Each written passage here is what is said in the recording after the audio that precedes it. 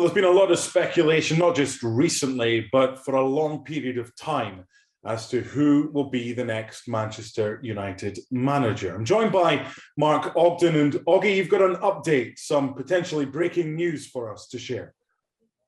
Yeah, well, I've been told that Erik Ten Hag is the favoured candidate of the Glazers, the Man United owners, to be the next manager. He had a four-man shortlist originally to replace Ole Gunnar Solskjaer, who was fired in November. Obviously, Ralf Rangnick has been in interim charge since December. Four-man shortlist of Ten Hag, Mauricio Pochettino, Luis Enrique, and Julen Lopetegui, but quickly became a two-man shortlist because I think Lopetegui dropped out fairly quickly, wasn't deemed as to be the right character, a bit similar to Unai Emery at Arsenal in many ways, that just came with a reputation as a good coach, but without the personality required to take over Old Trafford. Luis Enrique, big track record at Barcelona and Spain, but the World Cup obviously has hurt United there because he's under contract to the World Cup in November, and United couldn't wait until November before hiring the new manager. It would mean a year without a manager. So it boiled down to Ten Hag and Pochettino, two very good candidates. Obviously, Pochettino's been a Premier League manager with Tottenham. He's been on United's radar before, 2 or 3 times in the past. But it was felt, I've been told, that Ten Hag is, even at 52, he's a rising star in coaching. He's not really had a downside to his career. He's a guy that promotes young players, plays in a certain style, he's a winner. He's got a winning track record. And whereas Pochettino's got a reputation for developing teams, he's not really developed a reputation as a winner. He's been to PSG, didn't win the league last season, albeit half a season after he came in, with Thomas Tuchel going last midway last season.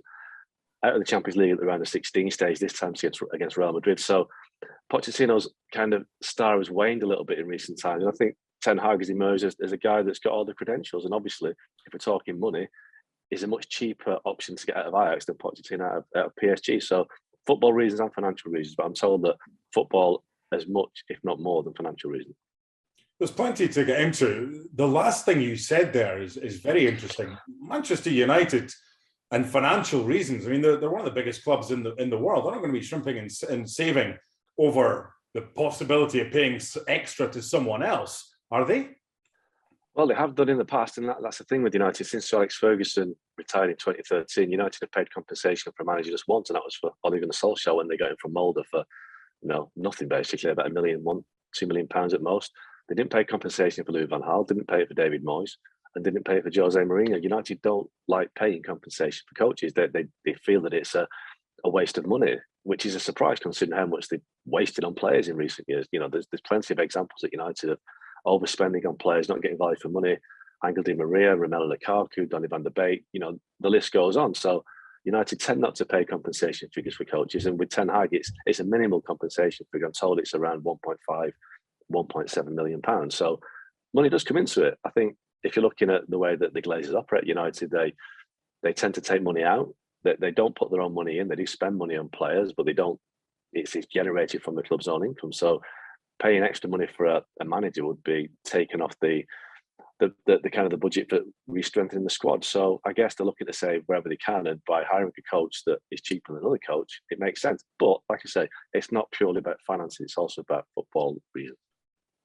Speaking of those football reasons, it looks like, according to your report, the manager that lost to the manager who won the semi-final when Spurs played Ajax in the Champions League, the manager who lost is being seen as a better option than the manager who won.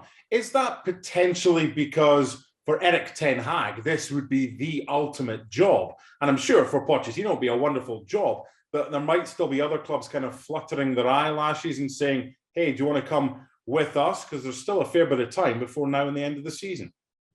Yeah, I mean, obviously, you talk about that Champions League semi-final in 2019, and I suppose career choices and career paths instead have led to this as well. So Ten Hag stayed at Ajax, strengthened his reputation, won more honours at Ajax. Pochettino left Tottenham fairly quickly after losing the Champions League final, ended up at PSG, big club, but a club that's very difficult to succeed as a coach. And he struggled there with all the big personalities. But you're right, that there's a possibility that other big club jobs will become available this summer. Real Madrid keeps being mentioned as a possibility for Pochettino, with Carlo Ancelotti's future, in doubt, despite the fact they're running away with La Liga.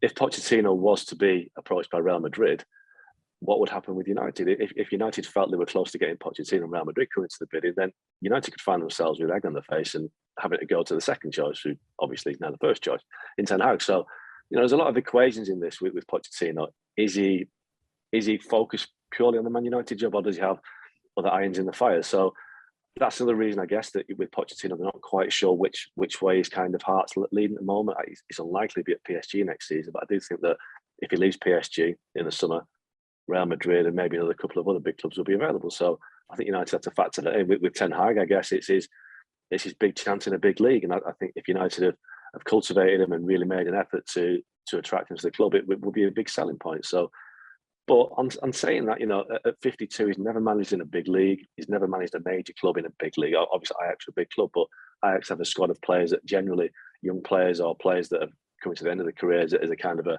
melting pot. What's it going to be like in a big league like the Premier League, where the demands are so big? At Man United, demands are even bigger, and with players who, demanding big star players who will expect the coach to walk in and make them better. So when he arrives at Old Trafford, Ten Hag will have a big challenge on in many ways in terms of his own mentality, the mentality of the players, getting results quickly in a competitive league, much more competitive league than Holland. So it's going to be a big task. Manchester United have spent more money than any other team in Europe over the last decade, and they have won 2 games in the knockout stage of the Champions League under this ownership who chose these managers after Fergie left. Why should Manchester United fans trust the ownership and the decision makers if they end up going for Ten Hag?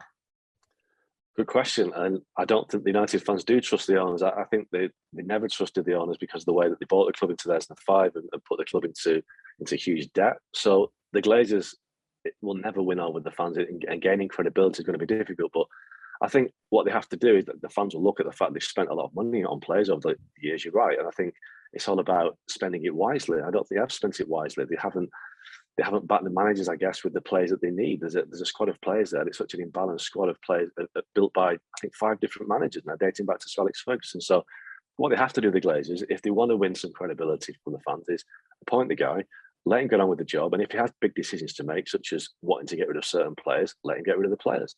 Sir Alex Ferguson did that, famously back in the 80s. He got rid of 2 of the biggest names at the club in Norman Whiteside and Paul McGrath.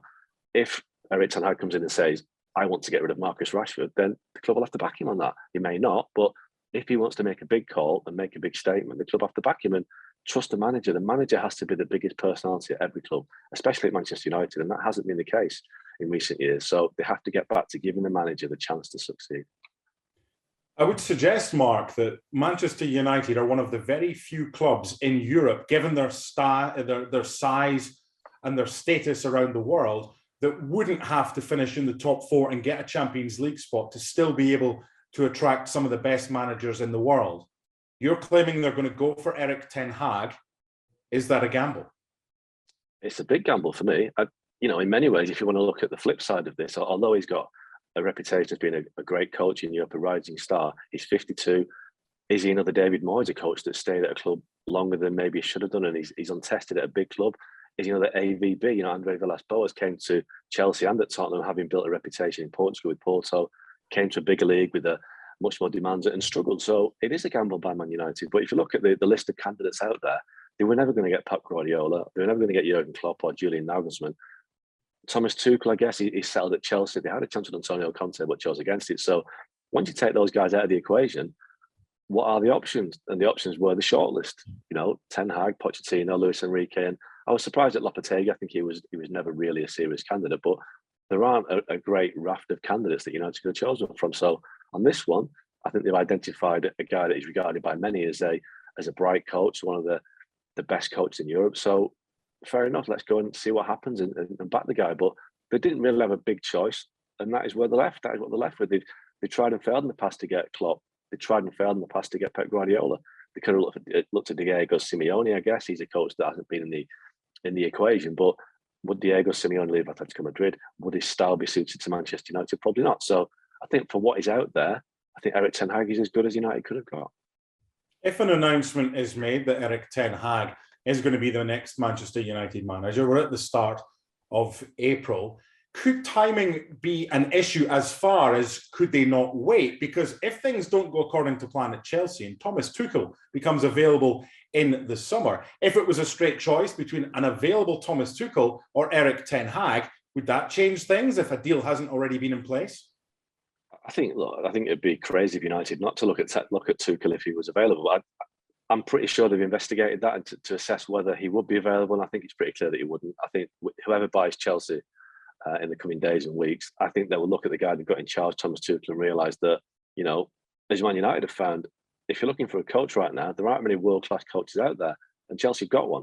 They've got a world-class coach who's managed big clubs, who's won the Champions League, he's won the World Club Cup.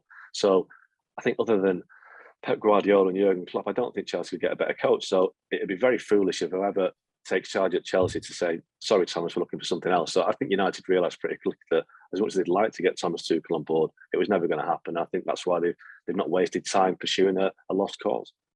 What do you think the feeling will be among Manchester United fans if Erik Ten Hag is pictured with the scarf above his head?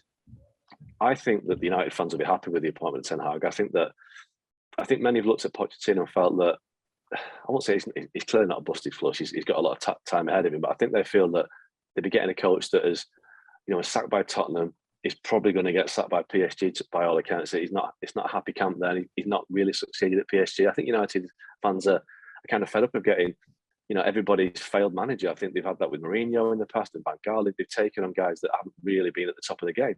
With Ten Hag, you're getting a guy that is at the top of his game and he hasn't failed elsewhere. So I think United fans would embrace it in the sense that he may come in and breathe some, you know, bring some ambition to the club, a breath of fresh air in terms of what he brings, his own ambition and the ambition of the clubs, and somebody who has got a track record of building teams that win. What do you think is more important, bigger name or better CV? Well, with Man United, you know, I think both matter. I think you need to be, rather than be a big name, you need to be a big character and a big personality. You need to be able to handle the club, handle the pressure of the club, because, you know, it is the biggest club in the biggest league. And that brings a big pressure, especially when it's the biggest club in the biggest league that's failing with its biggest rivals winning everything else. So massive pressure. So you need that character and personality to have it. If you haven't got the big name to go with it, that's fine, as long as you've got the ability and the personality to deal with it. We don't know if Ten Hag has the personality to deal with Man United. I think Pochettino probably could, but, you know, it looks like it's going to be Ten Hag. Dutch managers, you know, they've got a track record of winning things in Europe, but Dutch managers tend not to be massively successful in the Premier League. So, you know, he's got a lot of hurdles to overcome, Erik Ten Hag, but I think he would arrive at United with certainly the backing and the goodwill of the fans, and I think that is a good starting point. You've got to think, Mark, that there are certain managers that Manchester United went for that would say, okay, I want this, I want to bring in that, and that, and I want this much influence on the structure of this football club. Whether Erik Ten Hag has that kind of capability as opposed to, oh, Man United have come, they want you, well, I'm going to accept it regardless. Is the structure of that football club in place right now going forward to ensure that Erik Ten Hag can be a success there? Well, that is a $64,000 question because we don't know. Ed Woodward has left, so he's been replaced by Richard Arnold as chief executive. That'll make a difference in United's approach.